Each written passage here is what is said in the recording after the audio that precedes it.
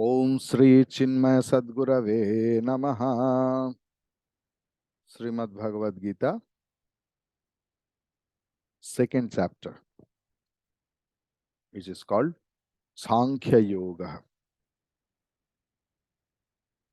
संजय उवाच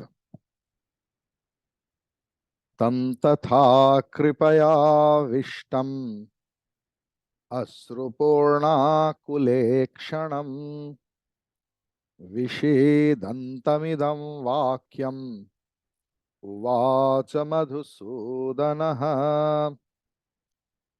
संजयः उवाच, संजय ने बोला, तथा इस प्रकार से, कृपया आविष्टम, कृपा से, करुणा से, आविष्ट, merged in compassion, marinated with the compassion and love, अश्रुपूर्ण आकुल ईक्षणम, ये अश्रुपूर्ण व्याकुल नेत्र, अश्रुपूर्ण आकुल ईक्षणम, विषीदंतम, विषीदंतम मीन्स विषन्न, मोर्न, तम, तम मतलब अर्जुन को, मधुसूदन, मधुसूदन, मैंने इसका अर्थ किया है पहले अध्याय में। इदम वाक्यम उवाच, ये बात बताया।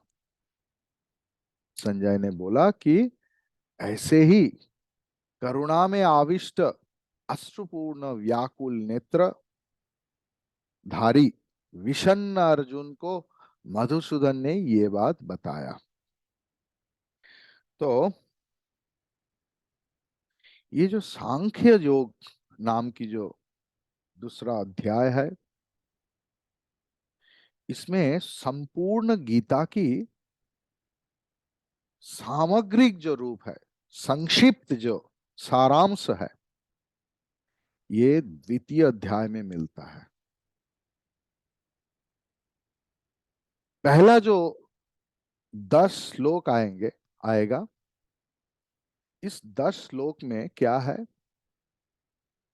ना, डिप्रेस्ड अर्जुन, हताशाग्रस्त अर्जुन की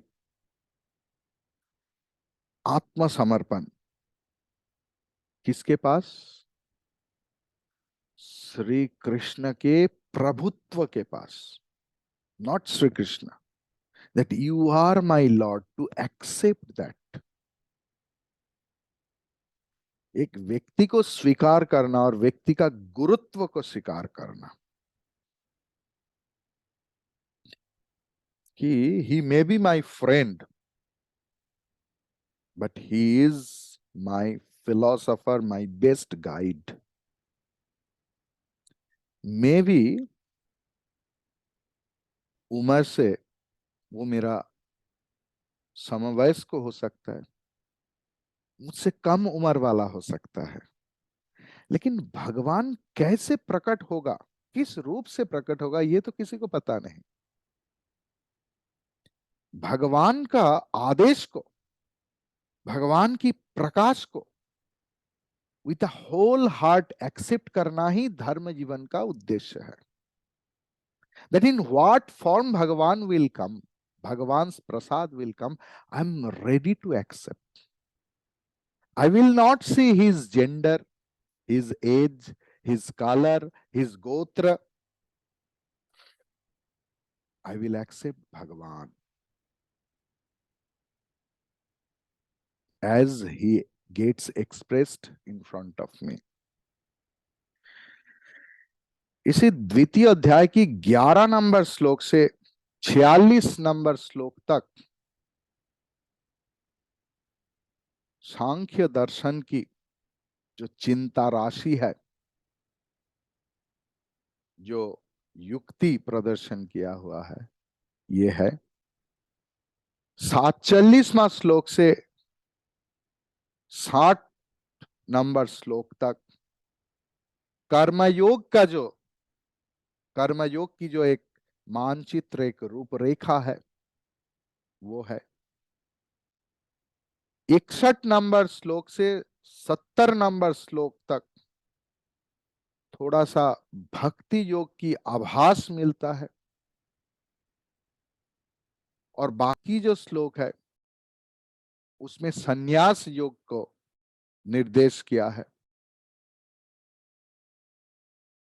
इसीलिए गीता की ये द्वितीय अध्याय समग्र गीता की एक रूपरेखा है, एक आदर्श चित्र है। गीता मां में और गीता में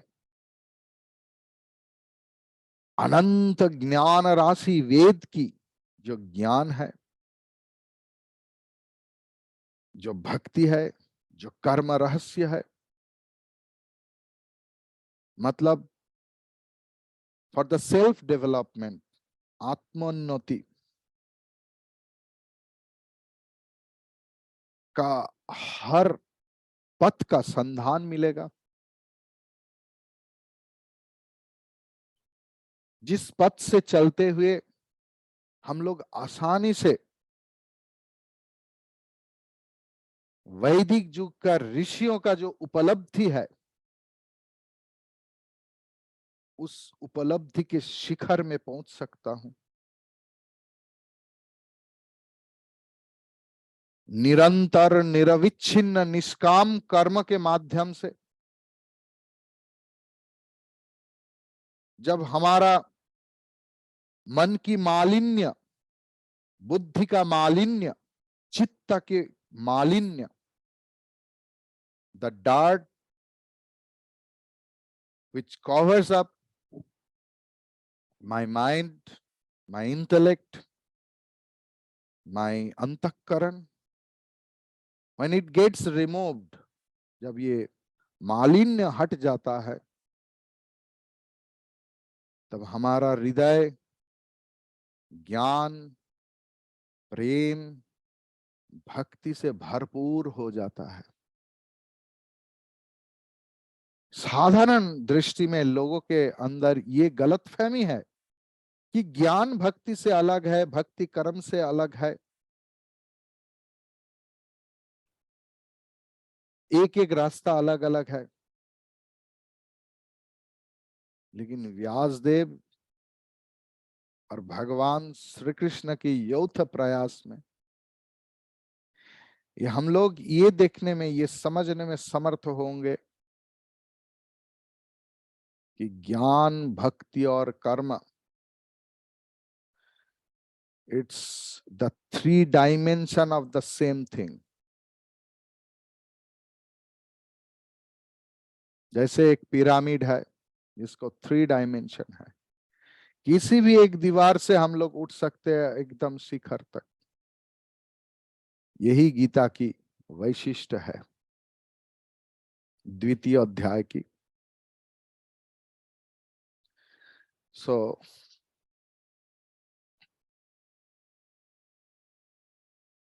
संजय ने बहुत सुंदर शब्द चुना, बहुत,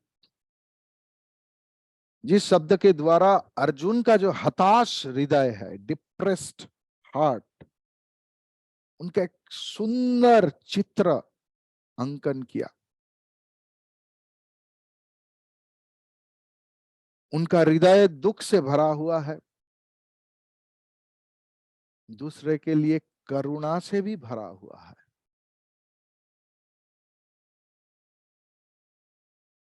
इससे परिष्कार होता है कि हमारे जीवन युद्ध में जब प्रतिकूल अवस्था आता है, अर्जुन का जीवन में भी ऐसे ही आया था, लेकिन प्रतिकूल अवस्था जीतने की कला उनके पास नहीं था।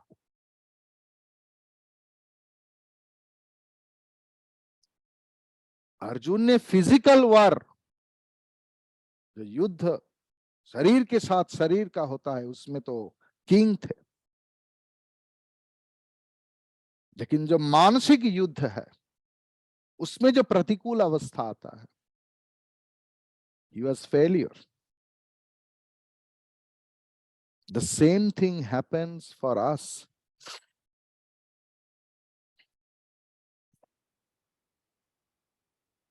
Whenever any challenge comes in our life, we see them as problem. Gita has taught us how to see every problem as challenge.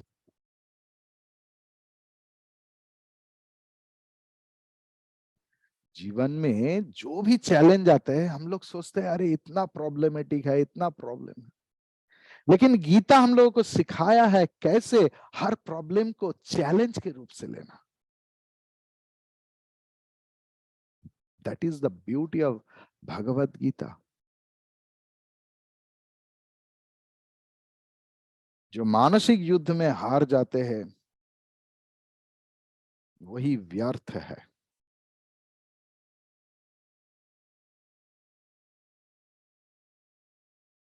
बेकार वो मुख है जो रहे व्यर्थ बातों में।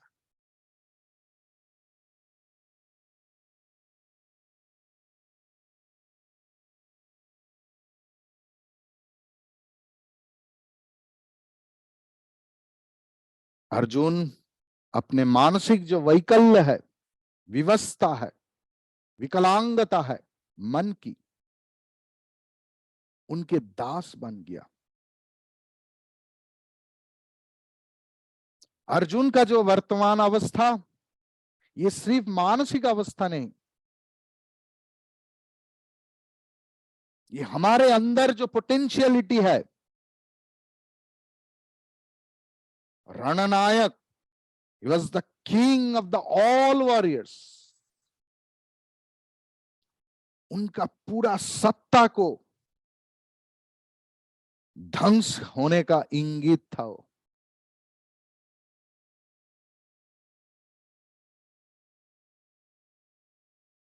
आज वीर अर्जुन एक रोते हुए नारी की तरह व्यवहार कर रहे हैं। इसलिए मधु नामक दैत्य को नाशकारी मधुसूदन को, मधुसूदन अर्जुन को कुछ बोला।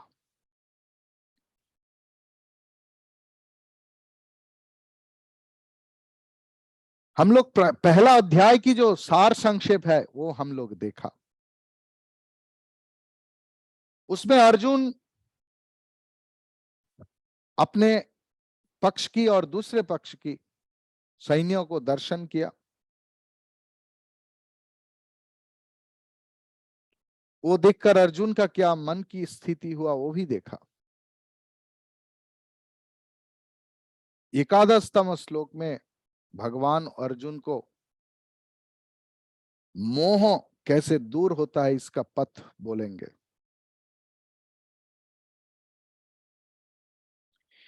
ये जो तम तथा, ये तम शब्द जो यूज हुआ है पद, तम तथा कृपया विष्टम,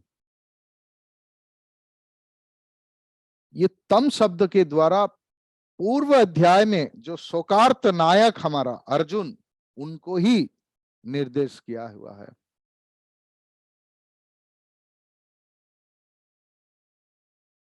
करुणा में आविष्ट,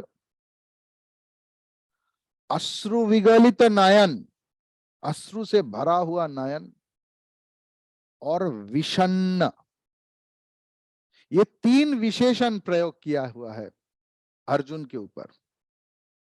how Arjun is bewildered, to express that three adjectives were used.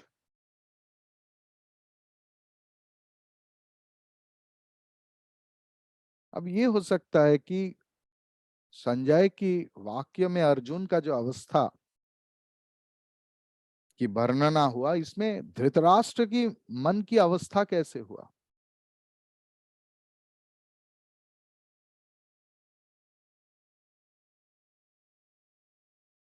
देखिए ये तो कल्पना सापेक्ष है, लेकिन एक मनोवैज्ञानिक कल्पना हम लोग कर सकते हैं। धृतराष्ट्र एक तो हो सकता है कि सोचा ठीक ही हुआ, कुरुक्षेत्र की स्थान महात्म में मेरा पुत्र में तो कुछ प्रतिक्रिया नहीं आया, लेकिन एटलीस्ट अर्जुन के मन में तो हुआ है। वो भी बुरा क्या है, वो भी तो अच्छा है, अच्छा ही हुआ। लेकिन अगर दुर्योधन की जो वक्र बुद्धि, टेरा बुद्धि जो है, उनके ऊपर अगर ये असर होता तो ये सबसे अच्छा होता।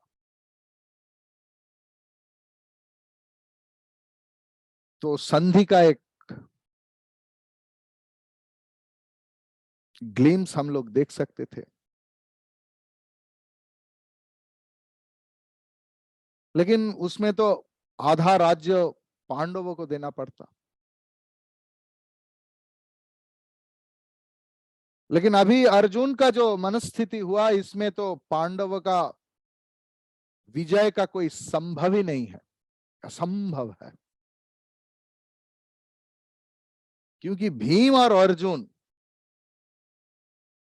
यही पांडव पक्ष की दुर्भेद्य जो दीवार था, वही एक तो अगर चला गया तो एक में से क्या होगा? एक दीवार कितना देर तक प्रतिरोध करेगा? भीम पराक्रमी थे, लेकिन युद्ध में विचक्षण नहीं थे। सिर्फ पराक्रम से, सिर्फ शारीरिक शक्ति से युद्ध नहीं होता, युद्ध जय नहीं होता। You need a subtle intellect. अब एग्जाम में भी और जीवन में भी जो सफल होता है, सिर्फ मेरिटोरियस लोग ही सफल होता है ऐसे नहीं। जिनका दिमाग की सूक्ष्मता है, ये दोनों का मेलजोल होना चाहिए। सिर्फ शारीरिक ताकत से युद्ध जय नहीं होता। भीष्म द्रोण जैसे आचार्य के सामने सिर्फ भीम की पराक्रमी शक्ति ही काफी नहीं था। धृतराष्ट्र को शायद अच्छा लगा, बहुत आनंद हुआ कि इतना दिन मैं सोच रहा था कि दुर्योधन के जो सिंहासन वो निष्कंटक हो जाए, कोई उनका दावीदार ना रहे। वही आज होते जा रहा है।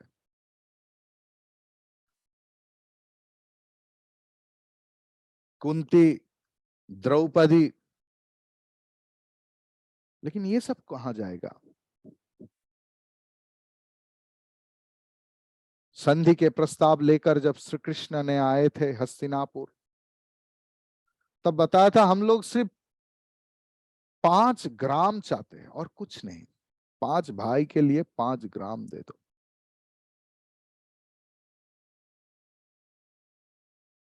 अगर दुर्योधन विजयी हो जाए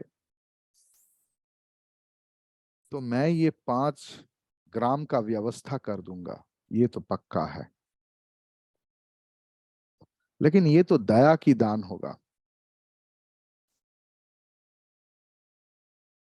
तो इसमें दुर्योधन का अहंकार भी बजाय रहेगा, उसमें कुछ प्रॉब्लम नहीं। संजय ने लक्ष्य कर रहा है, संजय ने देख रहा है कि धृतराष्ट्र की मुंह में क्या परिवर्तन हो रहा है ये वाक्य सुनकर।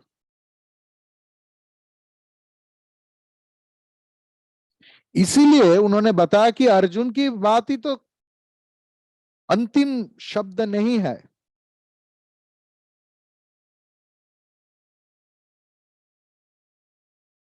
उन्होंने केशव की चरणों में अपने आप को सौंप दिया।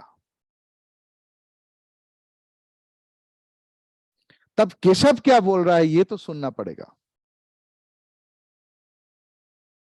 इसलिए उवाच मधुसूदन, मधुसूदन बोल रहा है।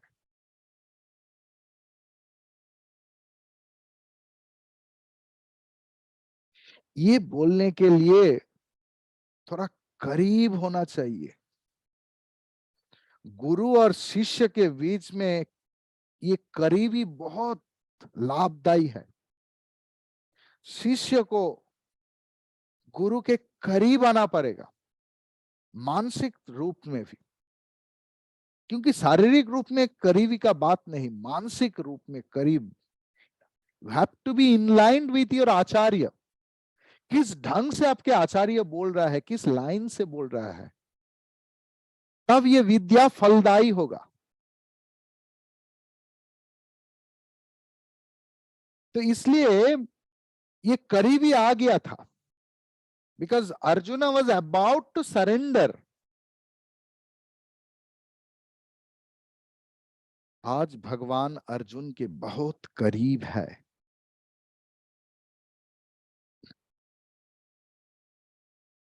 कभी बात हो रहा है कान कान में, काने काने कथा होচ্ছে। कभी बात हो रहा है प्राण से और प्राण से, प्राणे प्राणे कथा होচ্ছে। कभी मन से और प्राण से।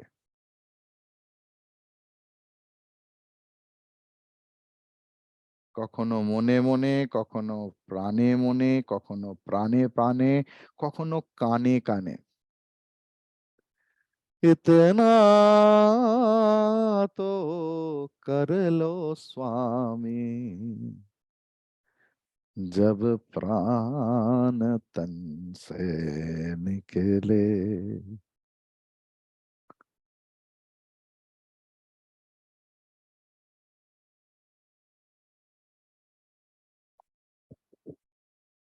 जो राम दशरथ का बेटा, वही राम घट घट में लेटा, वही राम जगत पसेरा। तीन अवस्था में बात तीन प्रकार से होता है। शारीरिक अवस्था में काने काने कथा होता है, विस्परिंग। मानसिक अवस्था में मुने मुने कथा है।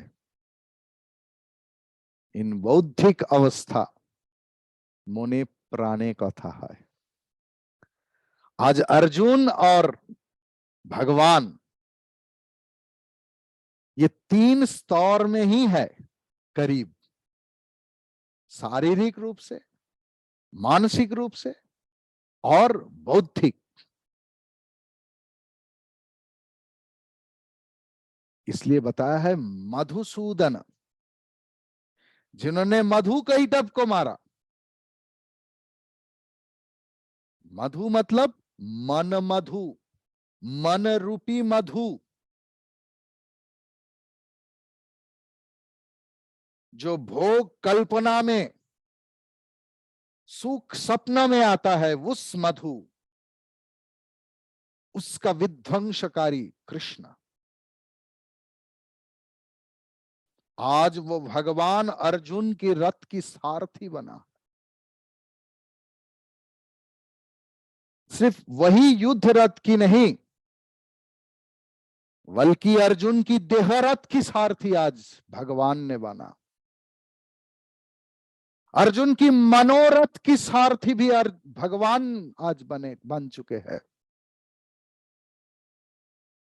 अर्जुन की बुद्धि का एकमात्र प्ररोचक है भगवान। अभी उसी भगवान अर्जुन के साथ बात कर रहा है।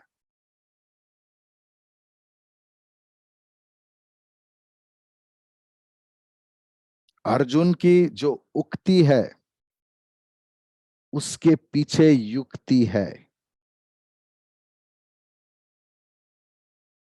लेकिन अंतर्यामी का समक्ष में अर्जुन का जो हृदय का जो मोह, इल्यूशन, वो कितना देर तक अर्जुन छुपा रख सकता है।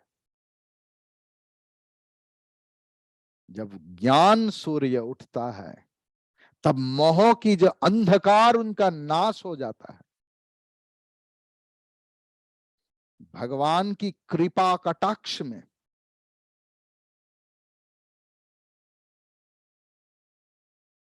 मोह चला जाता है।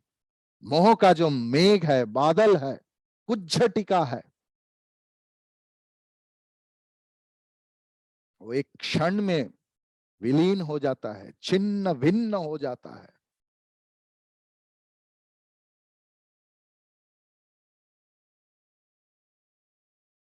सर्वनाशे समुत्पन्ने अर्धम त्याजति पंडितः।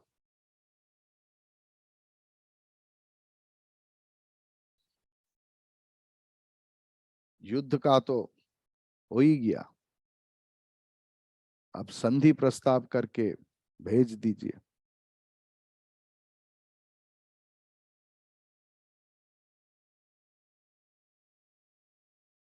क्योंकि युद्ध होने के बाद तो संजय बोल रहे हैं ना, तो आपके शतपुत्र के अंदर जिन लोग ने प्राण खो चुका है, उनके लिए शोक ना कर, जो लोग अभी भी जिंदा है